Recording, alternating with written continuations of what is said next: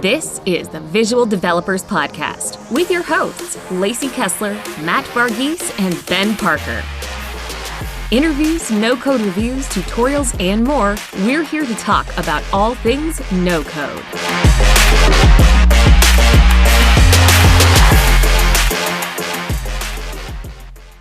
Hey everybody, Ben here from Visual Dev FM, back with another episode. Excited that you're here with us. This week we have an interview with Arlan Hamilton. Matt and Lacey were able to sit down with her and have a great conversation. So looking forward for you to get a chance to hear that. But before we get there, we're going to do our no-code roundup. And as always, I'm joined by my co-hosts, Lacey and Matt. Hi. Heyo. And so we're excited. So let's jump into what's new in no-code this week. So kicking off, Vincent from the Webflow community, who is an absolute legend, and he's done so many incredible things in Webflow. And if you've ever been in the forums, you've probably, even if you haven't spent a lot of time in the forums, if you've Googled the Webflow problem and you've found a solution somewhere in the Webflow forum, chances are you're probably using one of Vincent's solutions.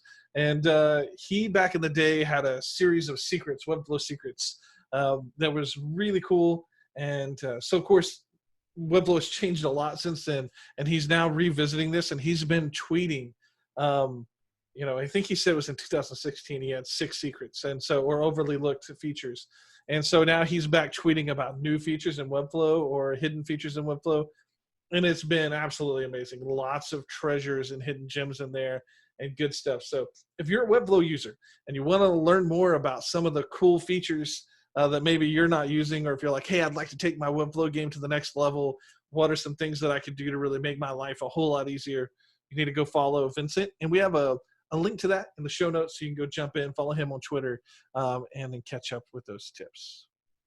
Toby Allen, who I don't think we've talked about Toby before, but he did post a tweet this week that I thought was super interesting. It was a link to an article he wrote for Medium that was 10 tips for using Integromat, Airtable, and Webflow together. And I thought this was a bunch of really great advice. He talked about using, was all the tricks that I use for sure. It's, how to use, like have a sheet of reference IDs so you can search for one thing and replace it with another.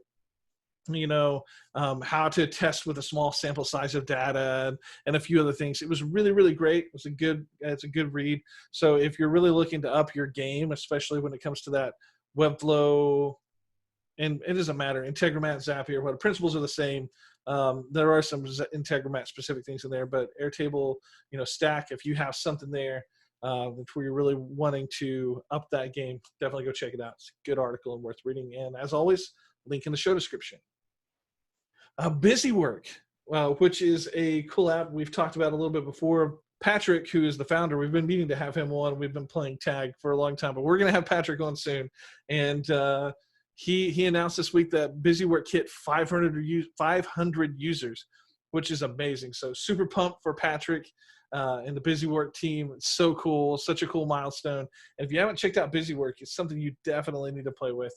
He's got some cool pieces and features in it, and I've only really scratched the surface in some of my playing with it and diving into it, and I'm looking forward to, I know he's talked about getting us a demo really soon of some of the power features. I can't wait to see some of that. He's got if you're talking like user systems and a bunch of different things that are in here that you can do with BusyWork. It's a cool concept, and so super, super happy for them. No Code Video, Chris Spags and Aron Korenblit were on No Code Video. And so if you want to see an interview with them, you can definitely dive in and check that out. And so as always, No Code Video, putting out some great content, lots of great stuff. And it's definitely something you'll want to go check out and watch. Link in the show description. And speaking of Chris Spags, it's time for us to stop for just a second and say congratulations to Chris Spags, because Jetboost they have an investor now. It's Earnest Capital. They've invested in Jetboost, and Jetboost, if you haven't used it, we've talked about it a lot on this podcast, but it's a tool that sits on top of Webflow and helps you take collection lists and filter them without having to write a single line of code.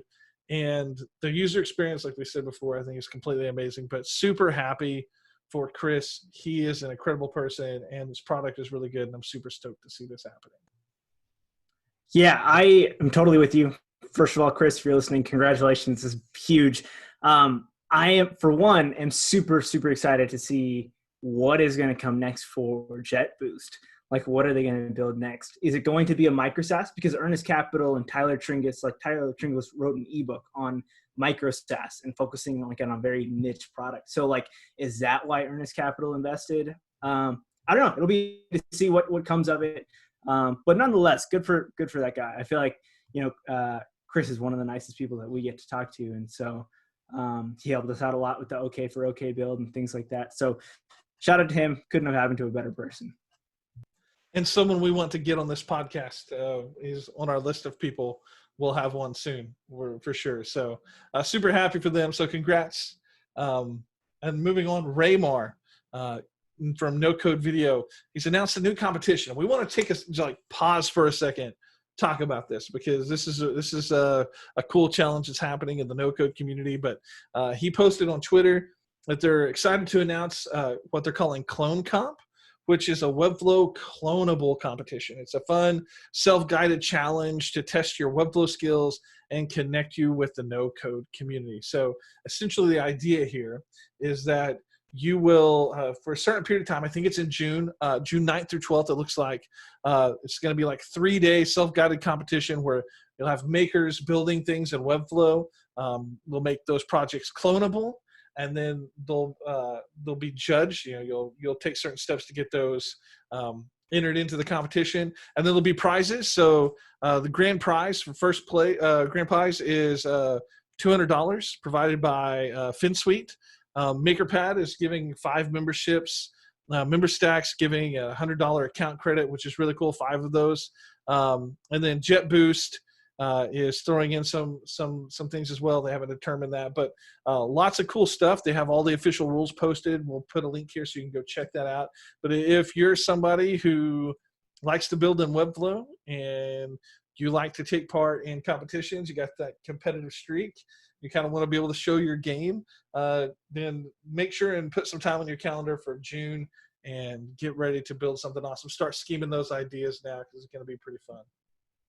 And I also think this is a really good way for people who are just kind of dipping their toe in the no-code space and in Webflow, and they're not really plugged in with the community yet, to get involved in this kind of challenge and start talking with other people. It's a great way to form relationships and learn while you're doing it. And I love that they're putting this on. I think it's brilliant, and it's from Ray and Colleen. So super happy they're doing this. And it's really awesome. So can't wait for that, and link in the show description so you can go check all that out and get prepared. Speaking of Webflow launched scheduled publishing. It's here. So scheduled publishing is here. And so what this means is you can now schedule posts for the CMS in Webflow. So if you were one of those people who you're like, man, I wanted to build a blog in Webflow, but one of the things I really needed to be able to do that was to be able to schedule content. The wait is over. You can do this now. It's something that you can schedule blog posts, portfolio items, anything that you like. For us, it's podcast episodes like this one, where we'll be able to schedule that release to our website. So super excited to see this here. And Webflow's been putting out like a lot of features lately, and quickly. And one thing that kind of snuck under the radar that I don't think got enough love is that before, Webflow social share images on Twitter were the little small images, and now they've pushed to sharing to the large Twitter cards on Twitter, which is really cool. So just lots of little things. So props to the team at Webflow for all the cool work, and definitely something that you should check out. Adalo has a project coming out. And let me just read the tweet to you. For the last 3 months, one of our co-founders, David Adkin, has been working on a book and a mini video series about the future of no-code. It's dropping this Thursday, May 14th.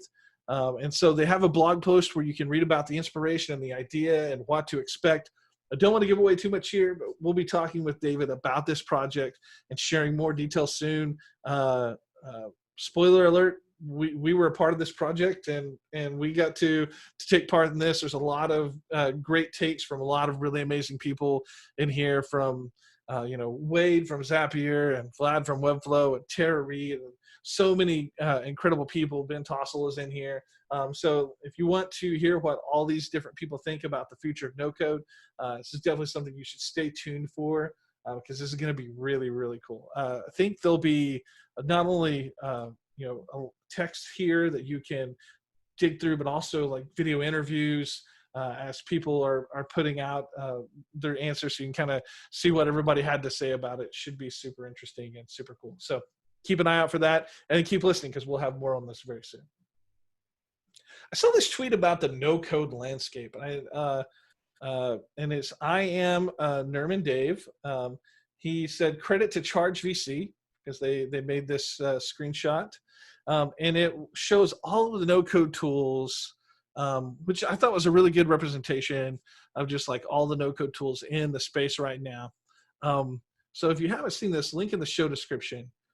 Matt, see you have something to say here. This is an interesting chart. I don't recognize a lot of these, and that might just be because I'm behind the curve or something, but like a lot of these are just very, very unfamiliar. But then a lot of them, it's like, I know we have the back and forth on here about whether Shopify is no code or not, but like if you have an e-commerce box, Shopify is the king in that space right now. And so you have to kind of include that. So it's an interesting list. I agree with some of it, and maybe some things are missing from the others. I do like the classification of like, what does Coda go in, and Notion, and I don't know what that third app is, but like a super docs tool. I kind of like that term. I know we get, again, it's like a conversation of whether Coda is a doc or an app or all that, but super docs seems somewhat fitting. It made me wonder when it says with the community about putting the dev community in there. I saw that and I was like, I know what that is, but it's like, I didn't realize that there were no code people in there. And so I went and searched and I only found like 5 posts.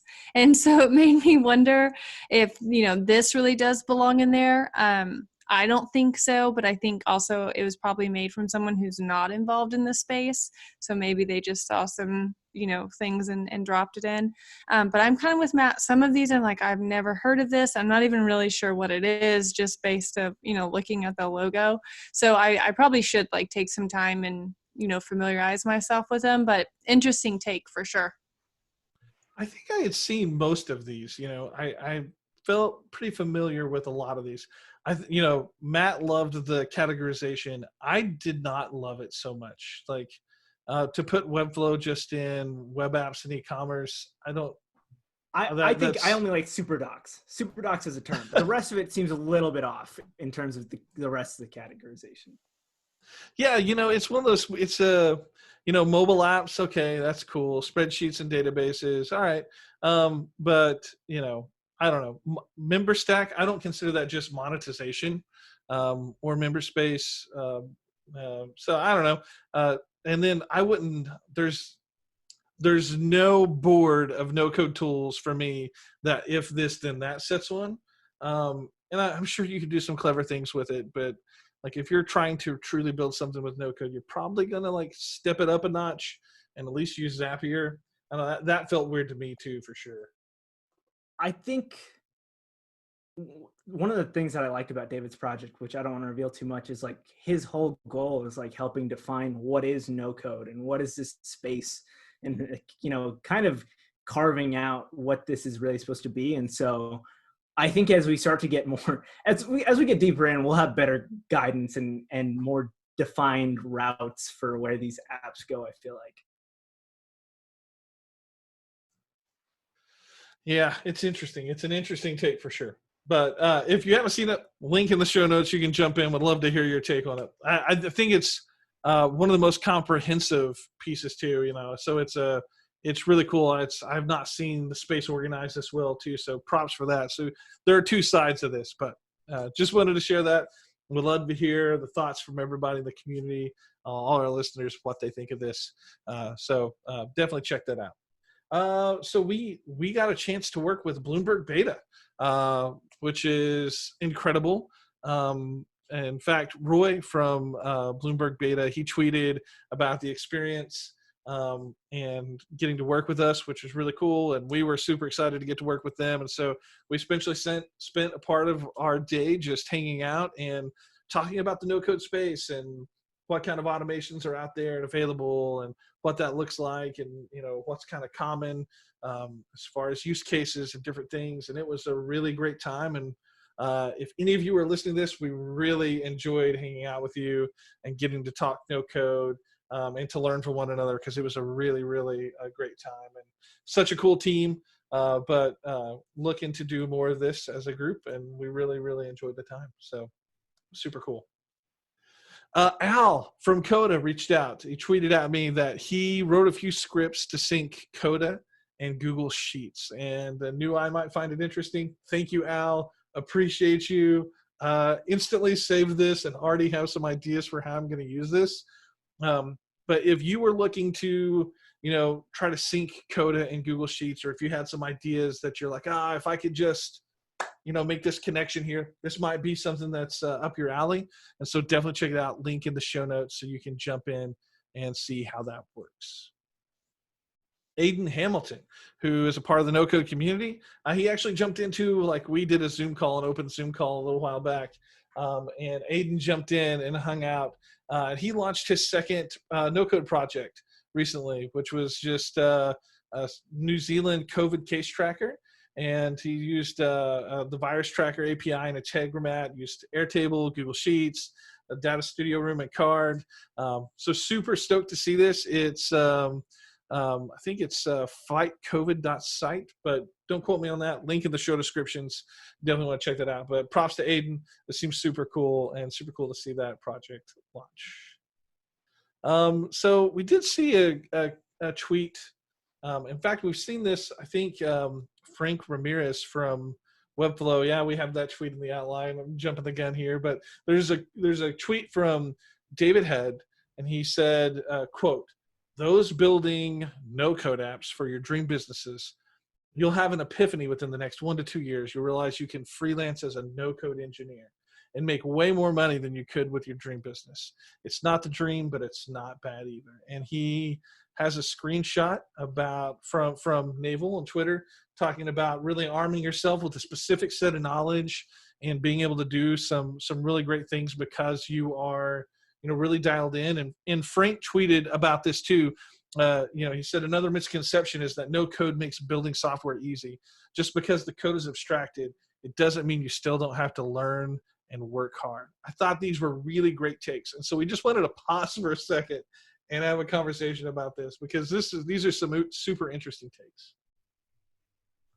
I totally agree with this. For a long time, this goes back to a conversation we had with Max Lind in one of our early interviews about generalists versus specialists. And he's team generalist, but to me, I almost want to be team specialist. That's kind of how I structure who I hire for projects. I love hiring specialists like Ben or like Parker Thompson, or, people that know, that can go really deep on what I need, because it makes my life easier. I can just say, here's the project. You give me your rate, I'll pay you.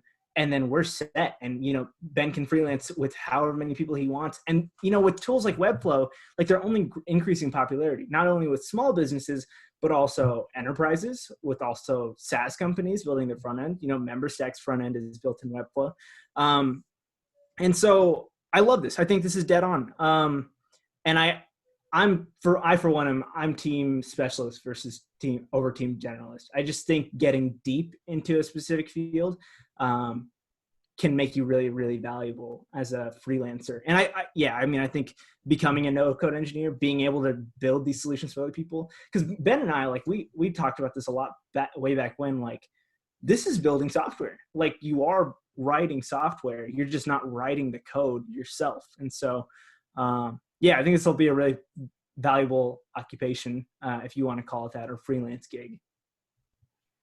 I think so too. And I really liked what Frank said about just because the code's abstracted doesn't mean you still don't have to learn and work hard. And I think that that's something that we talk about internally all the time. And so much of what we are building, curriculum on for Visual Dev School is it doesn't mean that you just all of a sudden get these tools and you just have this epiphany and now you know how to structure everything and you know how to do this, which is why it's so much more important than just stitching things together and getting, some byproduct that you're not even really sure what it is.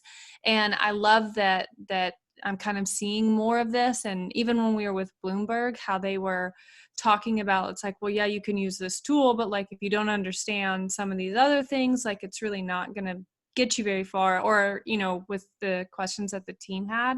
And so I really love this, and it makes me excited to, like, for the work that we're doing, and just like to put stuff out into the community of teaching them how to, approach these concepts in bigger, more meaningful ways. Because I do think that we are going to see, whether we call them no code engineers or not, we are going to see that definitely come up, and it is going to be a job, and it is going to be a very desirable person to have on your team. So super exciting stuff. And it's just interesting, it's fun to see people start kind of exploring these ideas now that the space is getting more people, getting a little maturity on it. It's super fun. Well, we believe in it here. I mean, this is the Visual Developers Podcast, right? I mean, we named it that for a reason. It's not just somebody who, it's not a designer on steroids. I mean, it's about, we believe in that no-code engineer life. And I think there are many people, I watch them build, and you could call them full stack visual developers or full stack no-code engineers who can kind of do it all. And I think that, the kind of questions that we get every day, like my Twitter inbox gets lit up, or somebody hits me up on the Webflow forum, or I get emails, or somebody comments on a YouTube video. I think it proves that Frank's point to be super, super correct in that it's still not easy. Like, you don't have to write code, but there's still nothing easy about it. Even when you hear people talk about, hey, I built it all in Bubble and I didn't really write any code. I mean, maybe a little.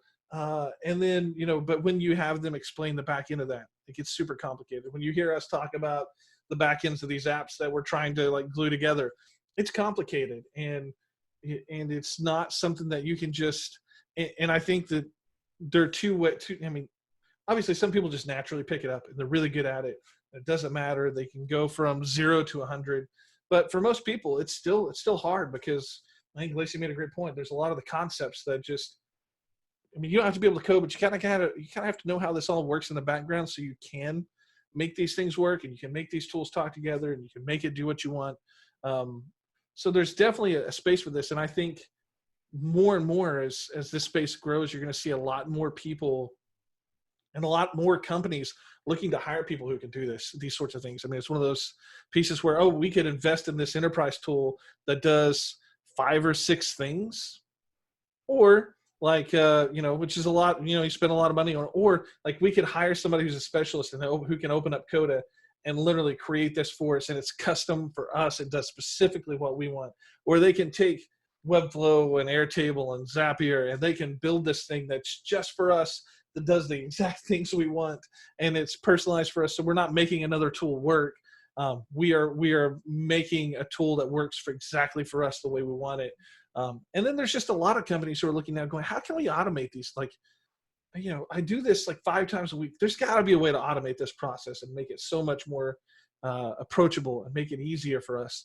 And so there's definitely, I think, a ton of room here to really be an expert. And I think there's a lot of people in the no-code space who are building their own things and chasing their dreams. And I think that's cool. But I also love this take too, because I think there's a lot of, and maybe it's both and. That's part of, like, you hear this from the no-code space too a lot, right? Like, I can stand up my app in a weekend and still go freelance. So like, there's a lot of that too.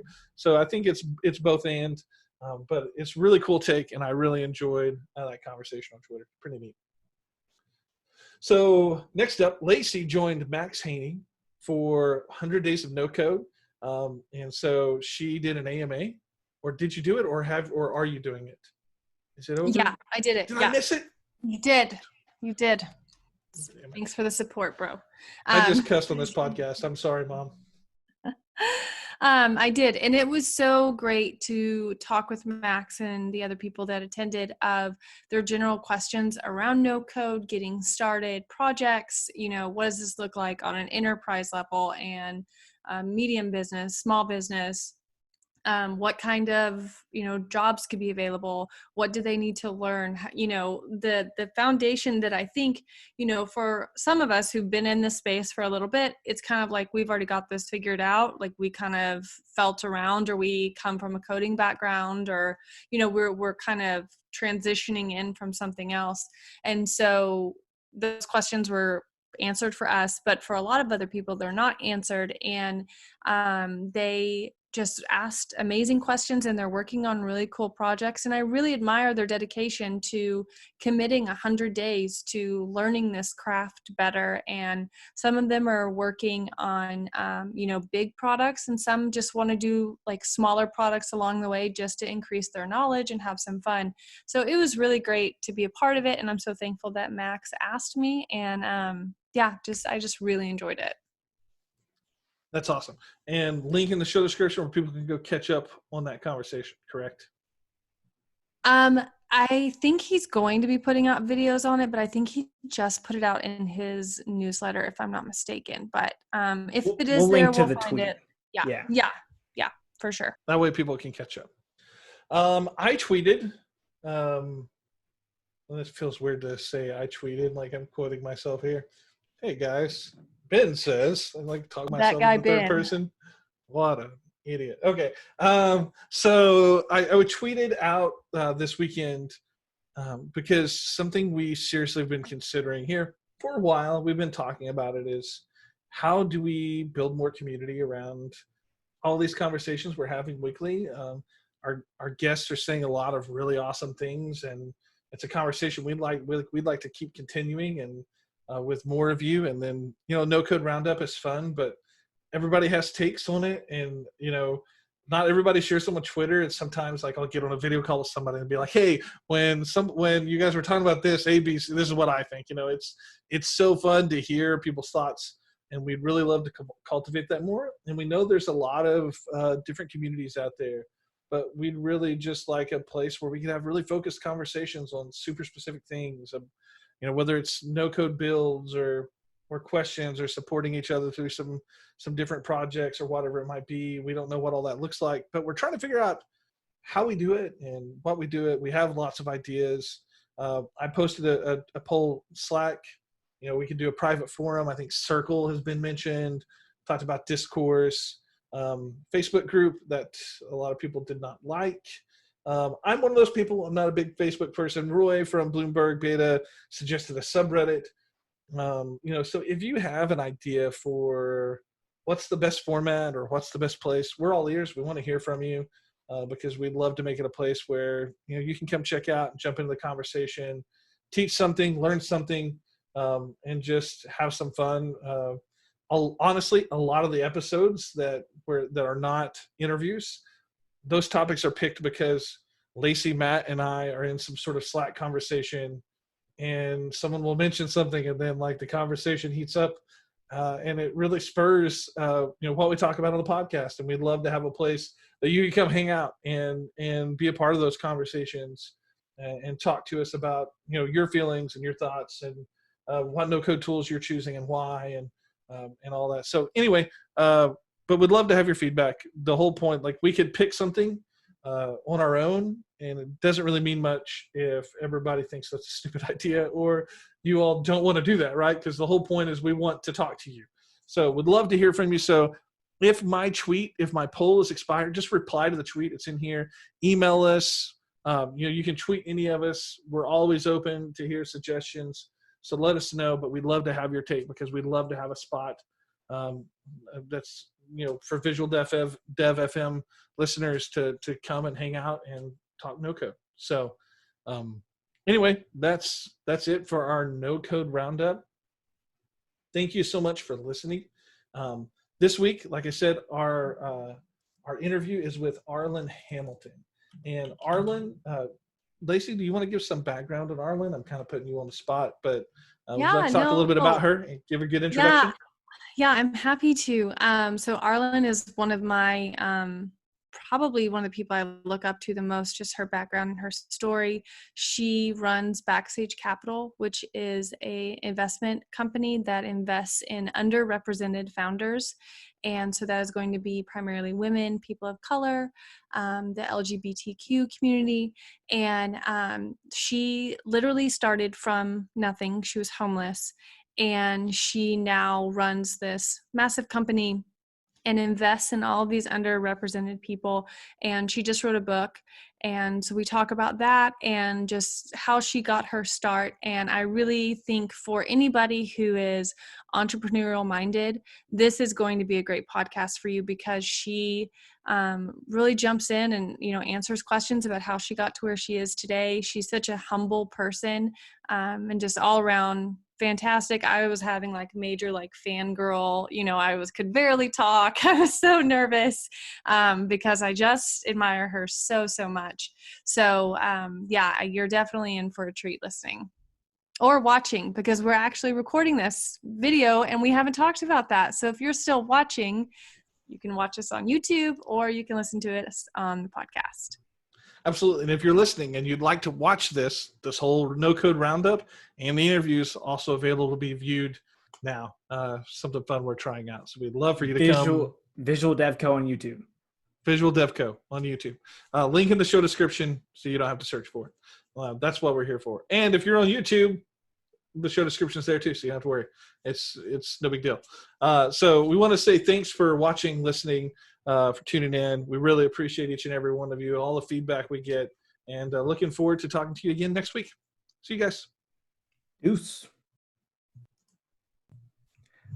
Hey everyone, thanks for joining us today on this episode, the Visual Dev FM podcast. I am so excited to announce our next guest with you. I have Arlan Hamilton here with us today, and she's going to share about her new book that's going to be released, as well as talk with us more about her background and what she's up to now. So Arlan, thank you so much for being here with us today.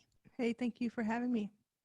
We're really excited, and I know our listeners are too. So why don't we go ahead and get started, and would you mind kind of telling us a little bit about your background, how you got it started in investing, and what really kind of drives you and motivates you? Yeah, so I'm Arlan. I am the founder of Backstage Capital. We're a venture fund that invests all over the country, all over the United States, in underrepresented founders who are women, people of color, and LGBTQ. I started Backstage originally and officially in 2015, and since then have invested in more than 130 companies as a team, and really was born from an understanding around 2011 where I was researching for raising for my own company. I found a statistic that made no sense to me, which is that 90% of all venture capital goes to straight white men in a country where they only make up a third of the population. And that sort of took me on a different path. Rather than trying to raise for a company, I thought, well, why don't we try to fix the system a little bit better so that there's more competition and there's more innovation, and more people get there than just one or two. And so I set out for several years to raise capital for that, got a lot of no's, and throughout that was also on a personal level dealing with a lot of housing insecurity, had a lot of issues there, ended up homeless at one point. And in 2015, after a lot of hard work and a lot of effort and a lot of research and talking to founders, I was able to get my first investor to believe in me to invest in others, and turned that into raising and earning more than $10 million over the last 4.5 years, and generating a lot of interest in underestimated founders themselves. Wow, that's phenomenal. That's wonderful. And so that's what you're doing now, is working those. Wonderful. That's so great. And if I'm not mistaken, you're from the Dallas area, right? Yes, I grew up in Dallas. I'm from Fort Worth. Oh, cool. Yep. So not far, far. Going to Fort Worth was always like a an event for us. We'd go to Uh-huh. Fort Worth. Yeah, so we're the opposite. It was like going to Dallas. Was Yeah. like it's like the big, it literally is the big city in Fort Worth. So how funny! That's awesome. So, when you decided to focus on these specific people groups, how would you say, like, with nurturing their growth is just as important as probably investing? Would you say? Oh yeah, absolutely. I think the investment part, especially because it's so difficult to raise the capital to invest, the investment part takes a back seat to everything else. I mean, we really, if you think about it, for some of these companies that now have matured into very valuable companies, we put in 25,000 at one point or 50,000 in a situation where they may have raised more than $10 million at this point, but they still call us first, or they still list us in their press as, you know, Andreessen, Sequoia, Backstage.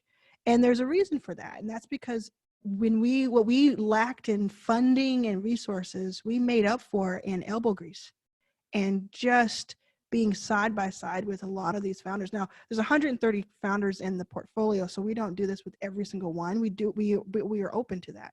We do it with whatever their needs are.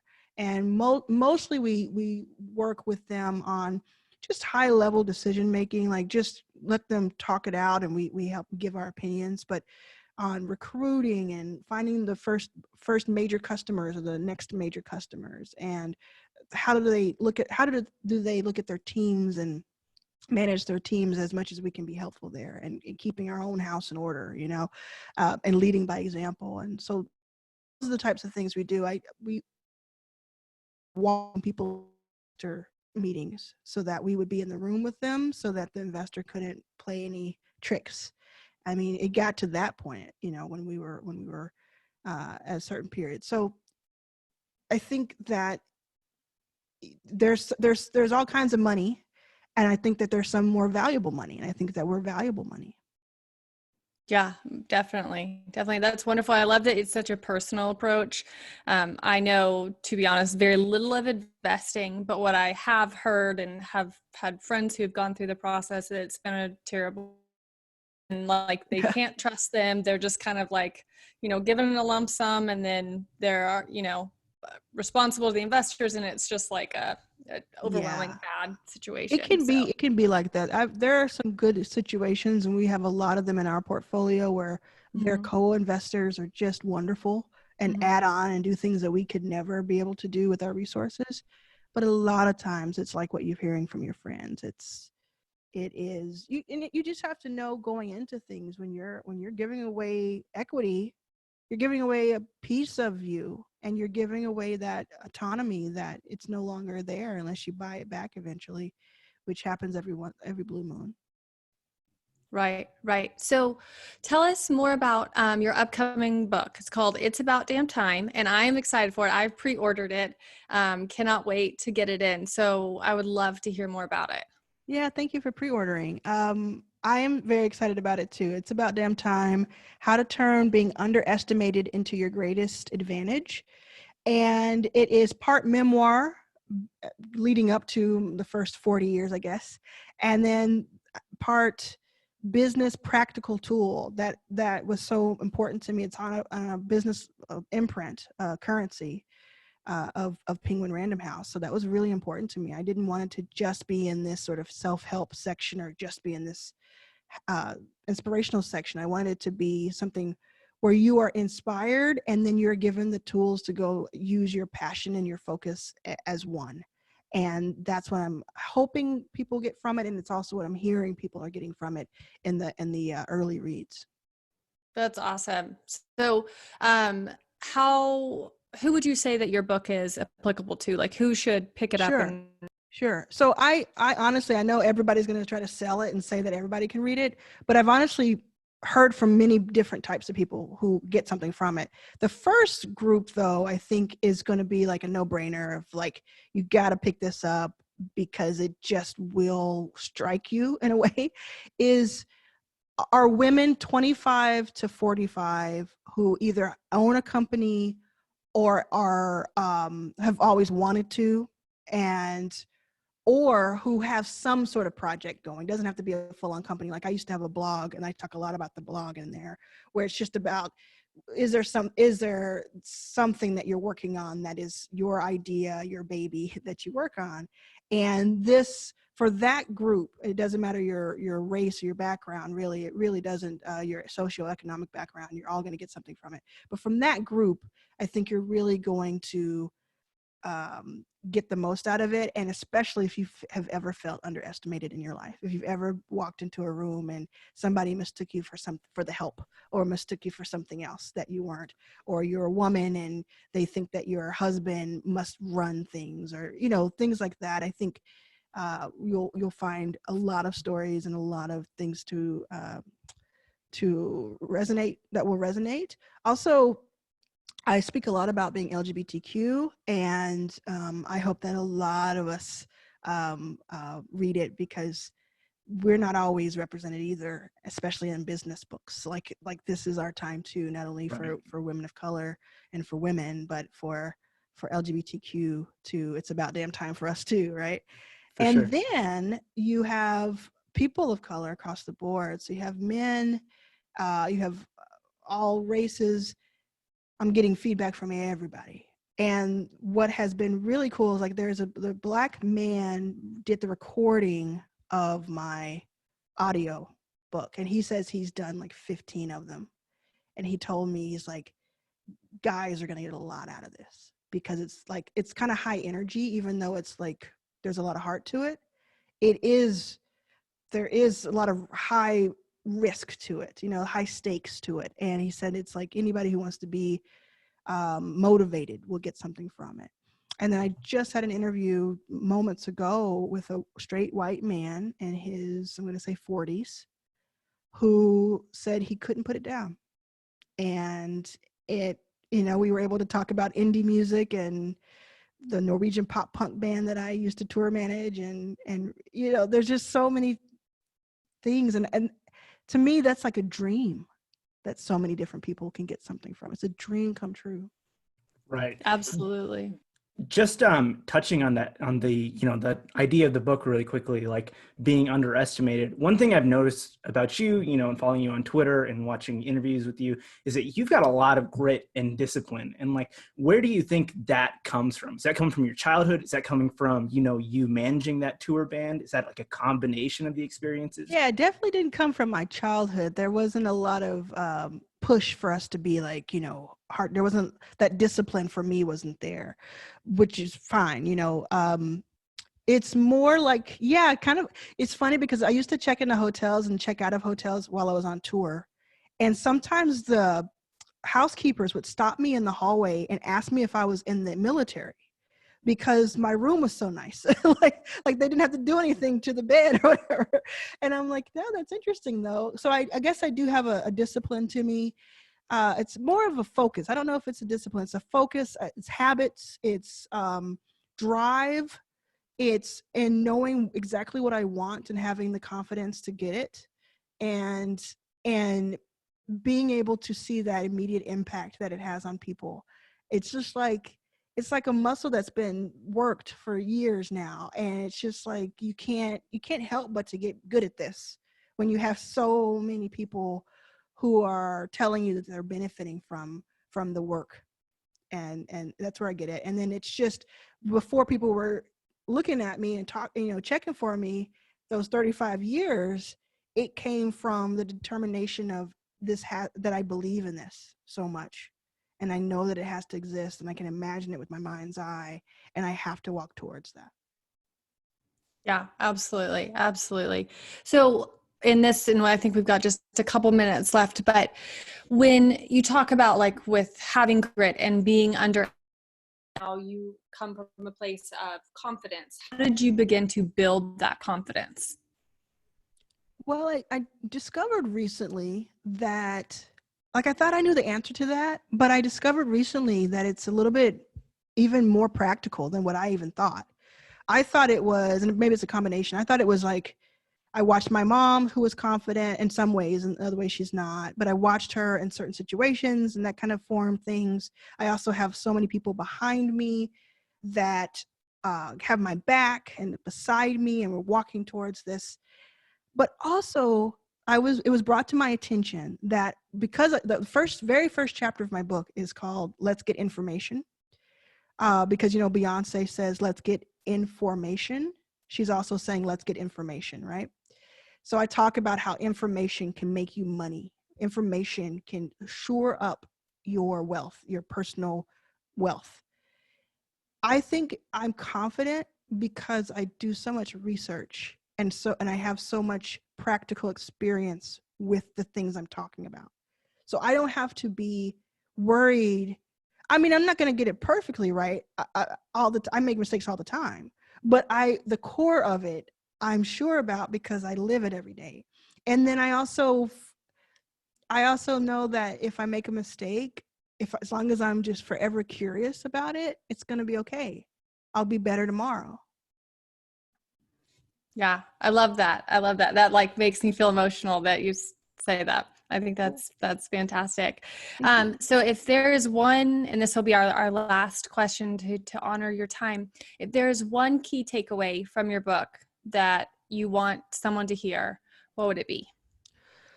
Oh, yeah. I think that if people walk away with from the book thinking and knowing that the amount of time we have on this earth, each of us is equal on this earth, and each of us deserves not only a seat at the table, but the piece of this earth that is ours. We each deserve to be here, and we each deserve to have success in whatever way that means to us, whatever form that means to us. And there's no one better than you or worse than you. And if that helps you know that all these barriers to things that we kind of put up for ourselves, and yes, the institutional barriers, depending on who you are, and everybody has some that hold us back, can be a little bit shorter after you read the book. To me, that would be unbridled success. Yeah, absolutely. If that was your answer to that question, I really cannot wait to read the book now. I can't imagine how great it's going to be. Thank you so much for joining us. We're so excited for your journey and what you're doing and how you're such an inspiration to all of these communities. We cannot wait to get our hands on your book and wish you nothing but the best. Thank you. I appreciate it so much. All right. Thank you. Bye. Bye.